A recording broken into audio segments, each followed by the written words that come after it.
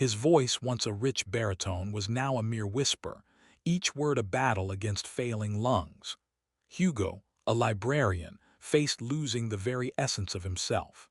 But in a sterile hospital corridor, a small act of defiance and a child's secret would spark a miracle, proving some stories are too important to fade. At the end of the third-floor corridor of St. Agatha's Children's Hospital, where the scent of antiseptic clung to the air like a stubborn ghost, an unofficial ritual took place.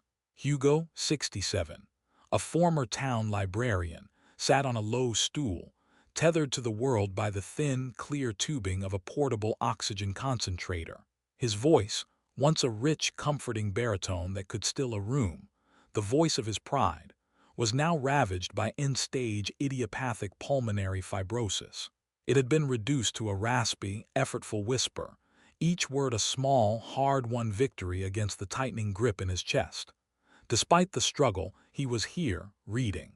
Today's story was an old, well-loved copy of The Bear Who Lost His Roar *. The small gathering of children, their faces a mix of weariness and wonder, didn't seem to notice the ragged breaths between sentences.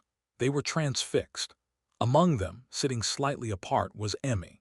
At 8 years old, with wispy hair and a pallor that spoke of long battles with leukemia, she watched Hugo with an intensity that belied her age. She saw not the frail old man, but the unwavering light in his eyes. She heard not the broken sound, but the magic he wove with its fragments. Quietly, she raised her mother's old smartphone, its screen cracked like a spiderweb. Her thumb found the glowing red circle on the screen and pressed. A secret was being kept, a whisper captured.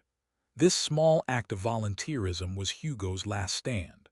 Through his eyes, the sterile hospital hallway would sometimes blur, transforming into the hallowed aisles of the Green Valley Public Library, where he had spent 40 years of his life. He could almost feel the phantom resonance in his chest, the effortless rumble of his voice as he read to a captivated audience. He remembered the annual reading of the Polar Express *, the way the air would grow still and thick with magic, the children's faces upturned and glowing in the dim light. His voice had been his instrument, a tool of creation that built worlds out of mere words. That voice was a memory now, a phantom limb he could still feel but no longer command. The reality was a diagnosis delivered 3 months prior. Lung capacity below 30%, a timeline measured in seasons, not years. The doctor's words had been clinical, detached, but for Hugo, they felt like a final closing of a book. Now every sentence was a careful negotiation with his own body. The plastic cannula of the oxygen tube was a constant, chafing reminder of his frailty, and the concentrator's rhythmic pulse was a mocking metronome counting down his remaining breaths. Living alone in a small, quiet apartment filled with more books than furniture, he was haunted by the silence. The volumes on his shelves, once companions, now felt like silent witnesses to a life that was fading. The oppressive quiet of his home was a far greater torment than the physical pain. That's why he came to St. Agatha's. The hospital, with its cacophony of beeping machines, distant chatter, and even the children's occasional cries, was a symphony compared to the tomb-like stillness of his apartment. It wasn't just for the children. It was for him. It was his rebellion against the encroaching silence, a fight against the disease that threatened to erase not just his breath, but his very identity. He was acutely aware of how his voice must sound, like gravel scraping against silk, and the thought filled him with a quiet shame. But the fear of complete silence, of becoming utterly unheard, was far worse. A unique, unspoken alliance had formed between him and Emmy. She was the one who would save him a cookie from the snack cart, her small hand pushing it toward him with solemn importance. He, in turn, would make a point of finding books about constellations and distant galaxies, knowing she dreamed of worlds beyond her hospital bed. She noticed things others missed. The ghost of a storyteller's pause he still used for dramatic effect, or the way his thumb would smooth a wrinkled page with reverence. In her, Hugo saw not a victim, but a fellow warrior. Her quiet endurance, her fierce grip on a crayon as she drew star charts, mirrored his own desperate hold on the stories he read. They were two disparate souls, an old man at the end of his story and a little girl fighting for her beginning, both finding refuge in the shared space of a picture book. They were comrades in this white-walled castle, each battling their own relentless dragon. One Tuesday afternoon, the air in the corridor felt heavier than usual. Hugo's condition was particularly bad. He'd barely made it through 2 pages of a story about a runaway kite when a violent, racking cough seized him. His small audience fell silent, their eyes wide with alarm. The cough tore through his chest, a brutal sound that left him gasping, his face flushed and beaded with sweat. He leaned heavily against the wall, the book slipping from his trembling fingers and landing softly on the linoleum floor. Defeat, sharp and bitter, washed over him. "I'm sorry, little ones," he wheezed, the words barely audible. I need a moment." The children, sensing the story was over for the day, dispersed with the quiet understanding that illness demanded. All except Emmy. She remained, a small, still figure by the doorway. She watched as Hugo struggled to compose himself, his shoulders slumped in a way that seemed to carry the weight of every story he could no longer tell. In his eyes, she saw a deep, familiar sadness, the same frustration she felt when her own body betrayed her, refusing to do the simplest things. She didn't say a word, but her presence was a silent vigil. Later that evening, tucked into her own hospital bed, the sterile sheets pulled up to her chin, Emmy listened to the recording. The sound quality was poor, tinny, and distant. His strained breathing was a constant, percussive backdrop to the whispered words. But as she listened again and again, her small brow furrowed in concentration, she heard past the noise. She heard the tenderness he poured into the kite's character, the carefully crafted rise and fall of his cadence, the soul of the story that his failing lungs couldn't imprison. He made the kite sound brave, not scared. With a sense of purpose, she opened her mother's messaging app. She attached the audio file, her small fingers tapping out a simple, urgent message. "Mom, listen. This is Mr. Hugo. He makes the bear in the story sound less alone." Sarah, Emmy's mother, received the message in the middle of a frantic work night. A landscape architect, she was staring down a deadline for a contentious municipal park project, her desk buried under blueprints and soil sample reports. She saw the notification, a familiar little bubble from Emmy, and made a mental note to check it later. Hours bled into one another. It wasn't until after midnight, her eyes gritty with exhaustion and her coffee cold, that she finally remembered. She slumped back in her chair and with a sigh tapped the play icon on the audio file. At first, the sound was jarring. The harsh, labored breathing made her wince. It sounded painful, almost invasive, and her initial reaction was one of discomfort. Who was this man and why was Emmy sending her this? She nearly turned it off. But then she heard the words, faint and raspy, threading their way through the static of his struggle. And the bear, you see, wasn't roaring because he was angry. He was roaring because he had forgotten how to whisper. Sarah stilled. Beneath the raw, physical effort, something else emerged. It was the unmistakable cadence of a master storyteller. The pacing, the deliberate pauses, the subtle shift in tone to give the bear a voice of weary dignity. It was all there, a ghost of a performance layered under the sound of a man fighting for every word. Sarah, who had grown up listening to her own grandfather read stories, recognized the artistry instantly. It was a voice that knew how to cradle a narrative, how to make a listener lean in. Her eyes welled up. Suddenly, Emmy's message clicked into place with stunning clarity. He makes the bear in the story sound less alone. Her daughter hadn't heard a sick man. She had heard a kindred spirit. This Mr. Hugo wasn't just reading a story about a bear who'd lost his roar. He was the bear. He was using the last remnants of his own roar to comfort a circle of frightened children. The realization struck Sarah not like a gentle wave, but like a bolt of lightning, illuminating the profound, selfless beauty of the act. She listened to the 2-minute clip again, no longer hearing the sickness, only the soul. Sarah didn't sleep. Fueled by a new, urgent energy that eclipsed her professional deadlines, she traded her blueprints for her laptop. She wasn't a wealthy benefactor or a corporate donor, but she was a project manager, and this had just become the most important project of her life. A flurry of late-night research led her down a rabbit hole of assistive technologies, finally landing on something she'd barely heard of: voice banking. It was a process where sophisticated AI could analyze existing vocal samples, no matter how damaged, and digitally reconstruct a person's original, healthy voice. The technology was a lifeline, used by patients with ALS and other degenerative conditions to preserve the very essence of their identity. It was also expensive. The initial figures she saw were daunting, hovering around $12,000 for the software, hardware, and consultation. It was a formidable sum, but Sarah looked at the number not as an obstacle, but as a target. The next morning, she created a GoFundMe page. She titled it simply, "Give Our Storyteller His Voice Back." She deliberated for a long time over what to post. A photo of Hugo felt like an invasion of his privacy, a stark portrait of his illness that missed the point entirely.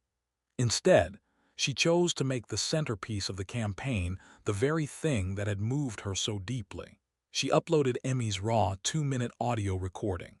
Above it, she wrote a few simple, powerful lines, crafting the words as carefully as she would a design proposal. "This is the voice of Mr. Hugo, a volunteer at St. Agatha's. This is what hope sounds like when you're fighting for every breath. He reads to our children, the ones fighting their own battles in these quiet halls, and in his broken whispers, they don't hear sickness. They hear courage. They hear stories. This voice may not be perfect, but it heals our children's deepest fears. Now it's our turn to help heal his silence." She posted the link to the St. Agatha's Parent Support Group on social media, a digital community bound by shared anxieties and fierce love. The effect was immediate and overwhelming. The first donation for $25 appeared within minutes, accompanied by a comment from Leo's mom. "Leo always asks for the grandpa with the whisper voice. Thank you, Hugo." More followed, each donation weaving another thread into a growing narrative.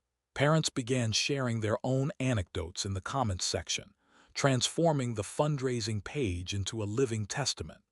One mother wrote about how Hugo had painstakingly tracked down a rare Danish fairy tale for her daughter, who was desperately missing her grandparents in Copenhagen. A father shared a photo of his son, fast asleep and clutching a worn copy of Goodnight Moon, a book Hugo had read to him earlier that day. The story wasn't just about money anymore. It became a tapestry of gratitude. The link was shared, then shared again, spreading beyond the immediate hospital community. A local news blogger picked it up. Donations poured in: $10, $50, a surprising $500 from a local construction company owner whose nephew was in the oncology ward. Within a staggering 72 hours, the fund soared past its $12,000 goal. It was a chorus of quiet generosity, a symphony of strangers united by a single, raspy voice. A week later, Hugo was sitting in his usual spot, catching his breath after a short, gentle story about a firefly. He looked up to see an unusual trio approaching. The hospital's head social worker, a woman he knew as Mrs. Gable, Sarah, whose face he recognized from Emmy's bedside, and Emmy herself, holding her mother's hand and beaming with an almost unbearable excitement. He felt a flicker of apprehension. Had he done something wrong? "Mr. Hugo," Mrs. Gable began, her voice soft, "we have something to talk to you about. Something wonderful." Sarah stepped forward, her own expression a mixture of nervousness and joy. She explained everything. She told him about Emmy's secret recording, about the late-night listening session, about the GoFundMe page. She showed him the comments on her phone, scrolling through the dozens of messages from strangers who felt like they knew him. Hugo stared at the screen, his eyes scanning the words of gratitude. He saw names he didn't recognize, attached to stories he vaguely remembered: the Danish fairy tale, the book about the stars. He looked from the phone to Sarah, then to Emmy, his mind struggling to connect the pieces. A joke, a mistake. It felt too vast, too kind to be real. For me, he finally managed to whisper, the two words costing him a significant effort. All of this for my voice. Yes, Sarah said, her voice thick with emotion. For your voice. That was the moment the dam broke. The composure he had maintained for years, the quiet dignity that was his armor against the indignities of his illness, simply crumbled. Hugo, the man who had faced his diagnosis with stoic resolve, covered his face with his trembling hands and wept. They were not sounds of grief, but of overwhelming, shattering gratitude. He cried silently, his frail shoulders shaking, as the kindness of people he had never met washed over him. The following weeks were a whirlwind of new purpose.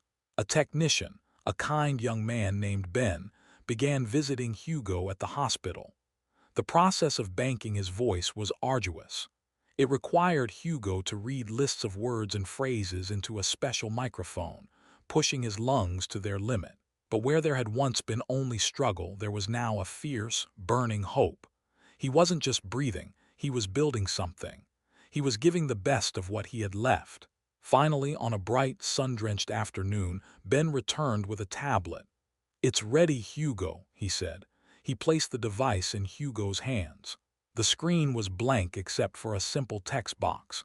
Ben instructed him to type anything. With fingers that shook with anticipation, Hugo slowly typed the 5 words that had started a million stories. Once upon a time asterisk. He hit enter, and then he heard it. A voice, clear and warm, filled the small space. It was rich, resonant, and imbued with a gentle authority. It was his voice, the voice he thought he had lost forever. It flowed from the tablet's speaker, a perfect digital ghost of his former self.